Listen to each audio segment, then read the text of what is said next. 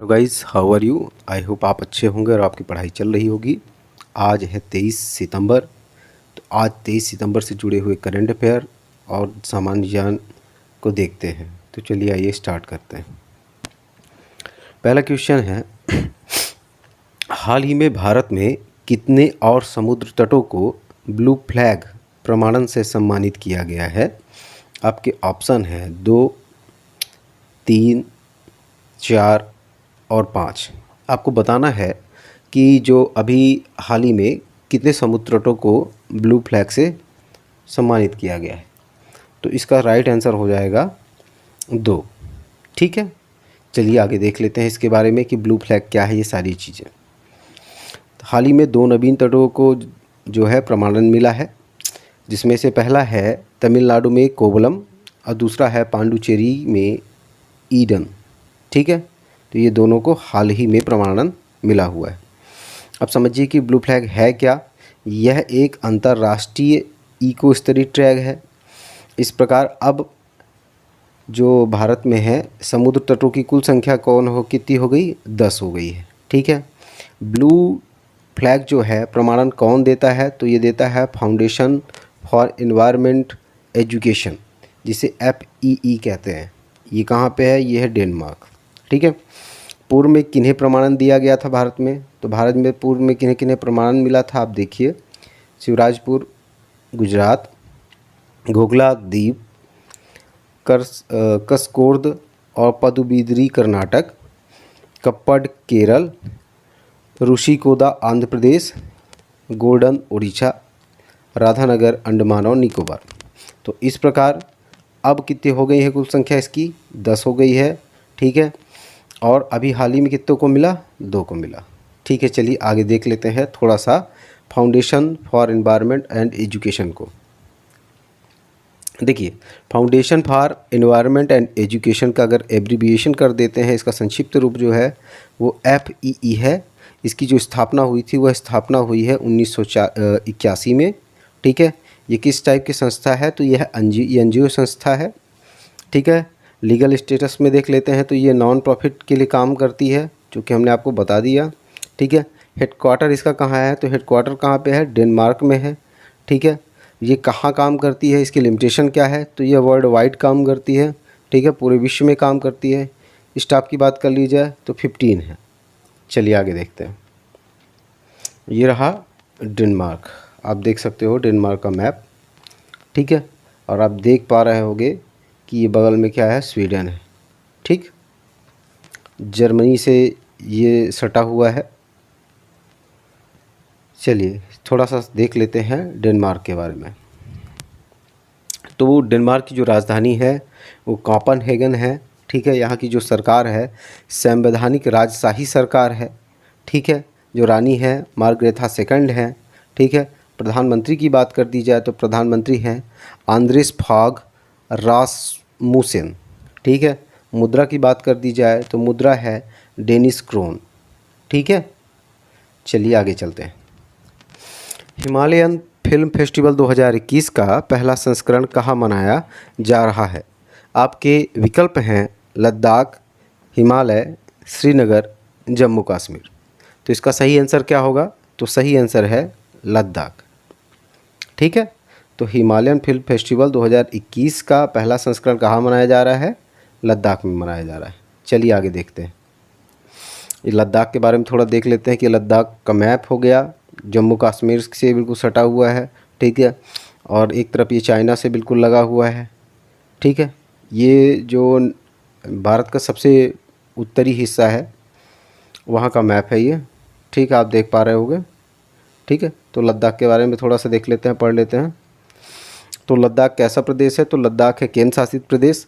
अगस्त 2019 में भारत की संसद ने जम्मू कश्मीर पुनर्गठन अधिनियम 2019 पारित किया, और जिसके द्वारा 31 अक्टूबर 2019 को लद्दाख एक केंद्र शासित प्रदेश बनकर सामने आया।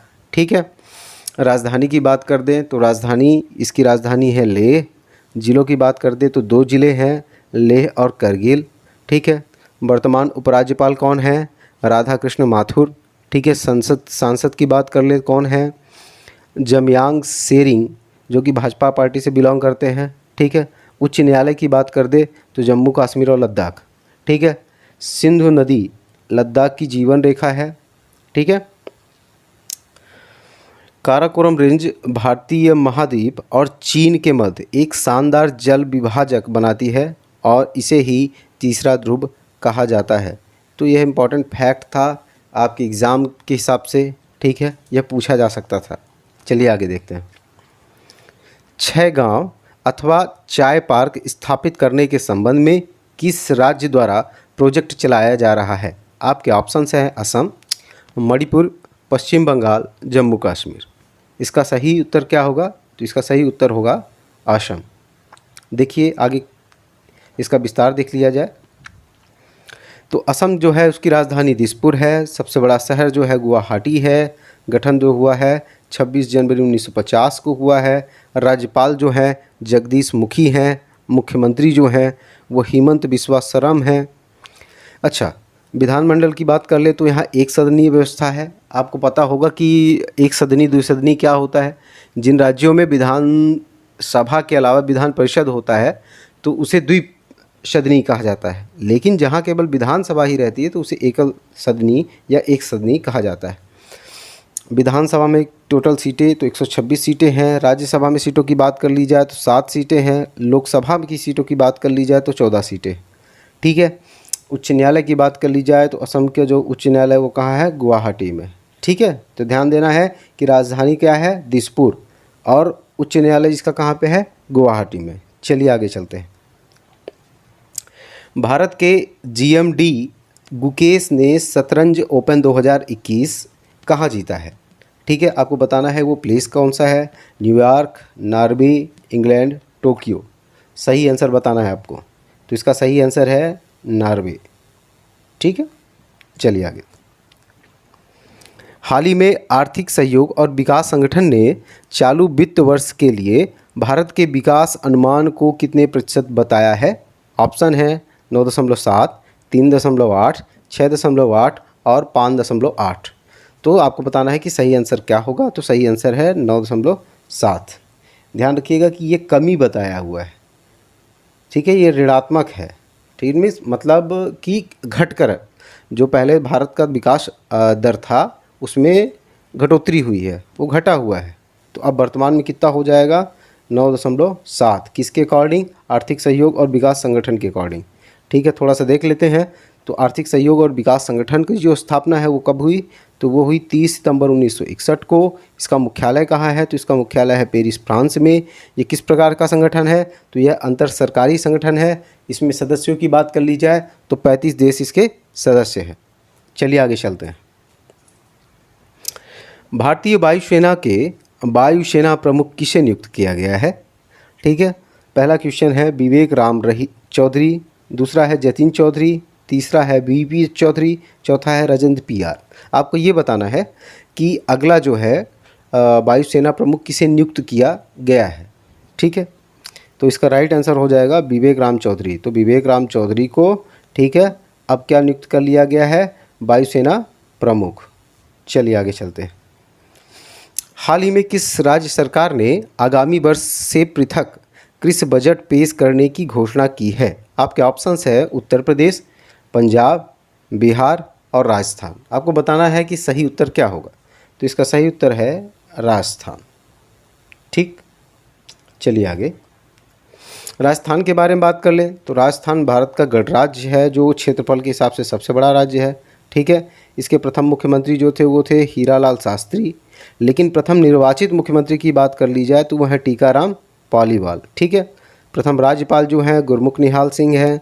प्रथम महिला मुख्यमंत्री कौन है? वसुंधरा राजे सिंधिया जी हैं। प्रथम महिला राज्यपाल कौन थी? तो वो थी प्रतिभा पाटिल, ठीक है। राजधानी जयपुर थी। गठन कब हुआ? 1 नवंबर 1956 को हुआ। प्रथम राज्यपाल की बात कर दे तो गुरमुख निहाल सिंह हमने आपको बताया, ठीक है। वर्तमान राज्यपाल कौन है? कलराज मिश्रा हैं, ठीक।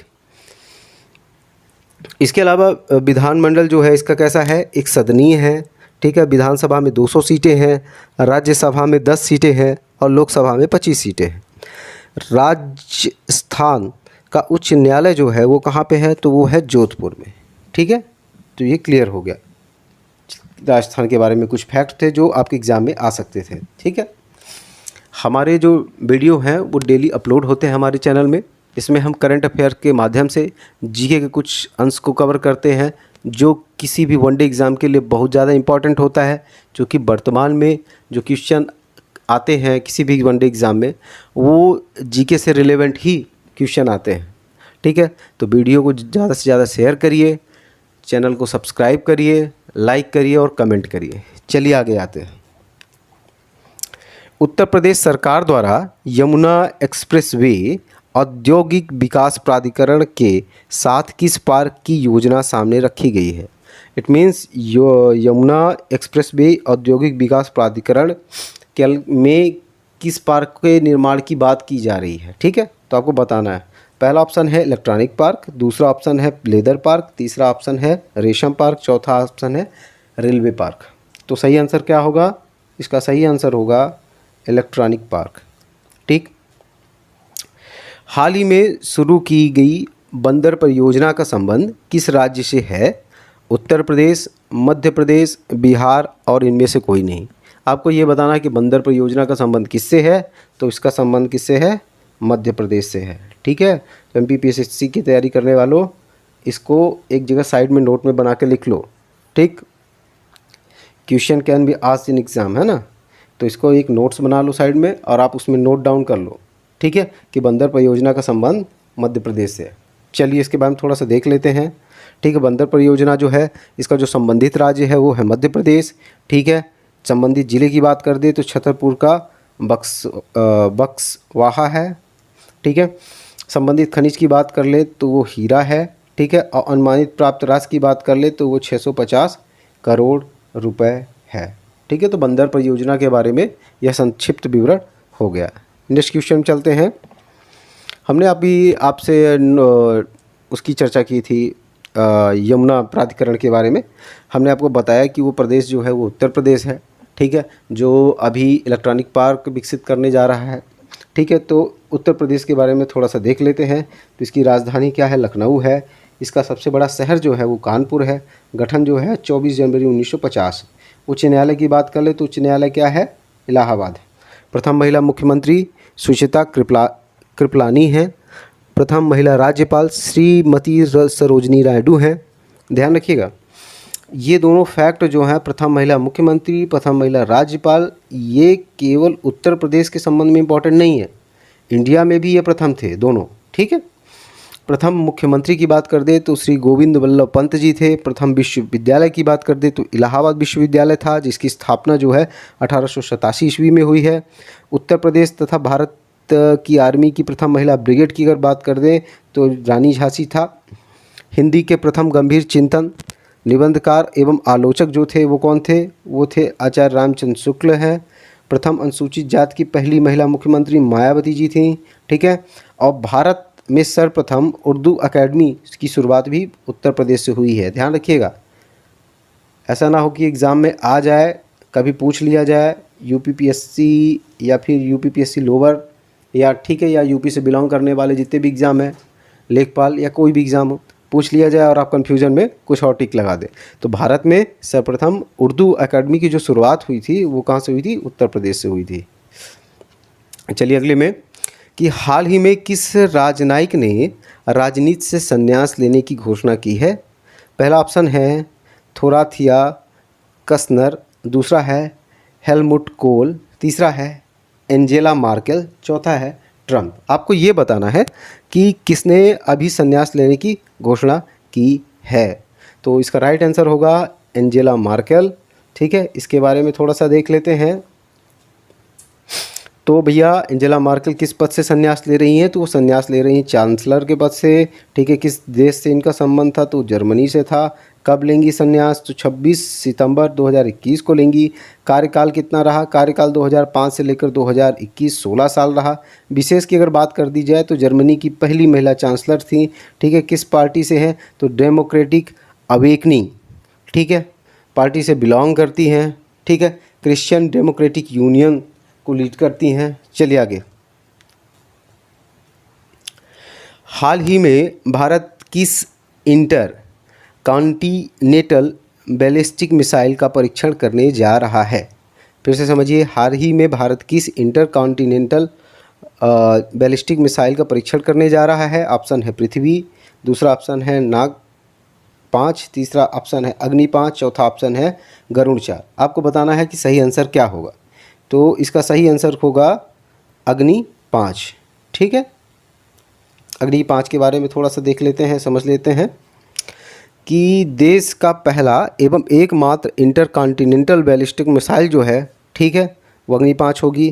क्या खास है इसमें? तो multiple independently targetable re entry vehicle से लैस होगा, MIRV की फैसिलिटी जिसे कहेंगे उससे लैस होगा। ठीक है, लॉन्चिंग सिस्टम जो है कैनिस्टर तकनीक का है, टाइप जो है inter continental ballistic missile ICBM। ठीक है, ये भी डायरेक्ट क्वेश्चन में आपसे पूछ सकता है। ठीक है, कि अग्नि 5 का संबंध किससे है, किस प्रणाली से? तो आपको बताना पड़ेगा ICBM से। ठीक है, गति जो होगी 24 मैक से 29,000 kmph होगी और क्षमता जो होगी 5,000 किलोमीटर होगी। ठीक, तो ये रहा आज का हमारा 23 सितंबर 2021 का करंट अफेयर्स विद GK। ठीक है, अगर वीडियो आपको अच्छा लगा तो उसे लाइक करिए, उस पर कमेंट कीजिए, चैनल को सब्सक्राइब करिए और ज़्यादा से ज़्यादा शेयर करिए, क्योंकि यदि आप शेयर करते हो तो उससे हमें मोटिवेशन मिलता है। ठीक है, बाकी वीडियोस तो आनी ही है, वो पर डे आएगी और जो लोग देख रहे हैं उसका लाभ ले रहे हैं उनको बेस्ट ऑफ लक।